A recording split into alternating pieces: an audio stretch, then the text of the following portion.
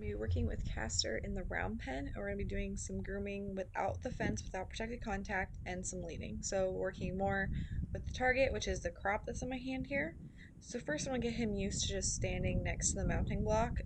So I'm just going to put his bowl next to it, and we are working on hand feeding as well, but you'll see me use the bowl a little bit as too. So I'm just going to fast forward through petting him so it's not super slow, but I'm just petting him, kind of moving that block around. I'm just kind of using that a little bit as protected contact.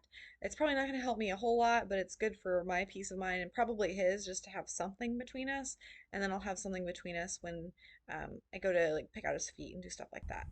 But I'm just brushing or petting him and then giving him a treat. And he's pretty good about following the whip, so I'm gonna ask him to go to the other side. That was really nice. And same thing. So I want him to follow that whip, which is the target. It's not used for anything else but a target. And we're just gonna work on him standing next to the block, petting him, and then I want him following that target, and then we're gonna do some leading with that too. So but he's letting me touch down his leg, and that's why I just want that block there, just as a little bit of a barrier, a little bit of a safety net, and go ahead and just review some of that petting, which he remembers, and he's moved to a different context because now we're in the round pen.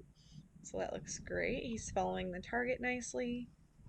He wants to kind of follow the bowl a little bit. That's why I really want him to move to just hand feeding, but he is figuring it out.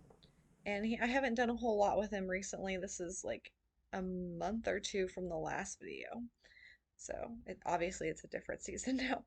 But we're just going to go ahead and put his halter on. He remembers that. He does that perfectly. Still a little weird with the leather halter, but he does do the rope halter quite nicely. And he's working on that hand feeding. So I just like to take lots of time to pet him and let him chew and hang out and grab my lead rope here. I'm going to fast forward through some parts just so it's not super long, but I want him to have time to chew too. So I'm going to show him the rope. So he's a little worried about the rope here. He wants to back up. He's not so sure. He does stop and investigate. So I want him to go ahead and target that rope or look at the rope. So I probably should have clicked and fed a couple times there. A horse that's not quite as brave as Castor would have left at that point. When he takes that step back and he's looking at the rope, the next step for some horses might have been turning and leaving. It wasn't for him, but you could definitely see that body language start to lead toward that. So I should have clicked and fed when he looked at it, and then again when he touched it. But he was quite good, and then I want to just do a little bit of desensitizing. So you saw a few videos of me desensitizing him when he was in his pasture. Not necessarily to the whip, but to like the lunge whip, so it has that lash on it. So we did do that. He's seen the driving whip, the lunge whip. I have like a training stick with a lash on it. He's seen all those. You saw a little bit of a video with him touching a cone and doing that. We did a little bit of that, but Castor was pretty easy as far as the like desensitizing would go, and being touched with the rope and the whip. That I just didn't stop, or I didn't continue using the cone. I do use it a lot more with Atlas because he's a lot more worried about being touched. But Castor is fantastic here. He's really quiet. He's pretty confident, so I can kind of jump to the next step where with Atlas I had to break it down a lot more. And I have to break down things for Castor too. They're just different things. So as far as being touched and having things move around him, he's pretty cool with all of that. I'm going to do the same thing on the other side. Let him kind of chew here. And I'm just giving him little Timothy alfalfa cube pieces. He seems to take those better. He doesn't get super excited, but it's a good level that he wants to keep trying. And he can take those out of my hand easier than like a pellet. So that's what we're using here as far as food. But that all looks pretty nice. Like he stays nice and relaxed that whole time. He's continuing to chew his food. So I don't really have any problems with that. That'll look nice. He's a little weird here. Like you could tell that I probably should have stopped when he started to turn his head to the right, and I kept going anyway, and that's where you saw that flinch. So I should have stopped, back up, let him have a second, and then come back and reapproach. And then when he's not showing me that calming signal and turning his head away, then I could have gone ahead and clipped on the lead rope. So again, a harder horse, well, that wouldn't have worked out with, but Castor's pretty forgiving. So with Atlas, it doesn't work. You'll see that later on, but I want to get him used to having that lead rope on, so I'm clicking and feeding him for having that weighted lead rope, and then just touching the end of the target here. So I want to make sure he's comfortable with having the lead rope on, that can be a little scary. The weight of the snap and the rope moving around. It's not really bothering Castor so much, but it does bother Atlas, so it might bother your horse. And then I want to just review a little bit of touching the target, making sure he's looking for it. He wants to touch it. It's very reinforcing to touch because that's what we're going to do here in a second with the leading. So I want to make sure that he's really focused on that so we can better lead him and he's not so worried about the rope or anything like that. He's worried about following the target. So I'm just going to ask him to kind of follow it here, and he did excellent there. That was perfect. Oh, and we dropped it on the ground. That's all right. I want to make sure that I'm in a safe place. I'm not underneath him because he is still quite wild. And I'll just go ahead and grab it and put him in the bowl here for him. So as you'll see with Atlas, like he didn't want to eat from the bowl with the halter on. He's afraid of it. He wouldn't have eaten from the bowl on the mounting block. So I had to break down a lot more stuff for him. He was a lot more worried about stuff. So Castor is my much easier horse on most things. So you'll see me kind of lump things together for him, or with Atlas I will not. So it kind of depends on the horse and then the circumstances and things. But just do a little bit of leading here, and I just start by just going a few steps and then clicking and feeding and let him stop and hang out, relax and chew. And we'll go a few steps, so I'll click and feed. And he's just going off of rope pressure here. So you have seen the videos where I was doing halter breaking stuff with him. He's done this before. He's pretty good off of pressure. He doesn't worry about it too much. Um, and so I just kind of have the target as a backup in this scenario. You'll see with Atlas that the target is the main piece here. And you saw in the last few videos where I was having him just lead forward from the halter pressure, that Castor already has that basis down. He understands the pressure to come off of it to follow the target. And he's already not afraid of the rope.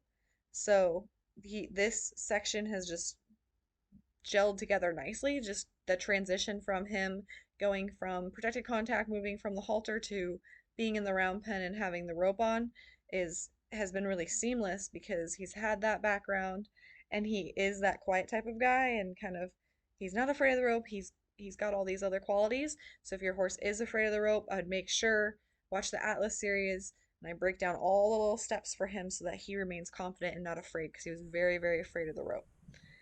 And he's even got a nice little backup in here, which I also taught him in the protected contact that you've seen in the last few videos.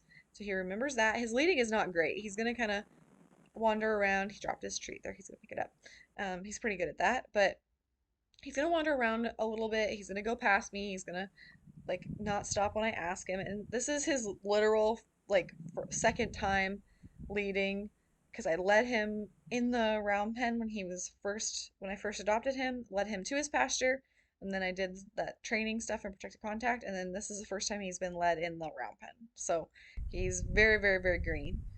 So, but he's doing absolutely amazing for being green. And he's just already associating that like pressure on the halter means just come forward and you'll get a treat. And he's like perfectly cool with that. So that's what I want. It's much easier to start from the beginning than have to fix the fear problems. Like here, he's wanting to get a little in front of me. That's okay.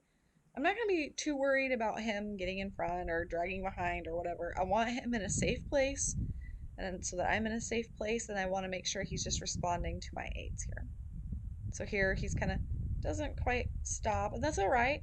He did stop. He just doesn't understand what it is that I want. And I should have used my target here to really show him, held it out, have him follow it, have the target stop, clicked when he stopped to stop with the target, and just really made it very clear to him. But again, this was quite the experiment. I wasn't quite sure what I was doing with him, so we have a mix of different things. So that was pretty nice. He responds really well to moving off of the rope. This is quite excellent. And I immediately release, let him take a few steps, and then go ahead and click and feed. So again, and this is in the beginning, because when I'm voicing over it, this is years old video at this point, because I've amassed way too much video that I cannot keep up with. But now I have a lot more perspective and a lot more time and experience to go along with this. So now I'm like, okay, these are the things that I want to keep. These are the things I shouldn't have done. So I definitely should have been a little bit slower, but really Castor was good with all that lumping that I did and just adding things together. So it's about reading the horse for sure. There, that was a much better stop because I had my target out. He went and stopped and touched the target. That's what I'm talking about. I should have added that in the beginning so he didn't wander as much. I'm just setting him up for success with the target. And I wasn't by just asking him to stop because he doesn't know the right answer in that situation. And just do a little bit more petting, and he's great with that. Let him lead out here. And there we go, having that stop and that back up, and he remembers that. That was fantastic, and I didn't even have any pressure on the lead rope at all. So I love that. I love how interested he is in just doing stuff with me. It's pretty cool. Let him hang out and chew this tree and do a little bit more leading here. A little more petting and just kind of hanging out with him. There he's going to respond to that lead rope pressure really nicely. I like how he's moving. I like his body language. I'm asking him to back up there with the target. You just couldn't see from this angle, but I love all of this. He's not super worried. He had those couple moments that I pointed out, but overall he was fantastic, and I want to keep it nice and short and rewarding so that he's wanting to come back and work with me more in the future. So I'm just going to go ahead and unclip the lead so I don't scare him by having it like hit the ground or anything. Ask him to come back up. He's just thinking he might need to be backing up, or I'm asking him for that, and takes his halter off nicely. That was fantastic.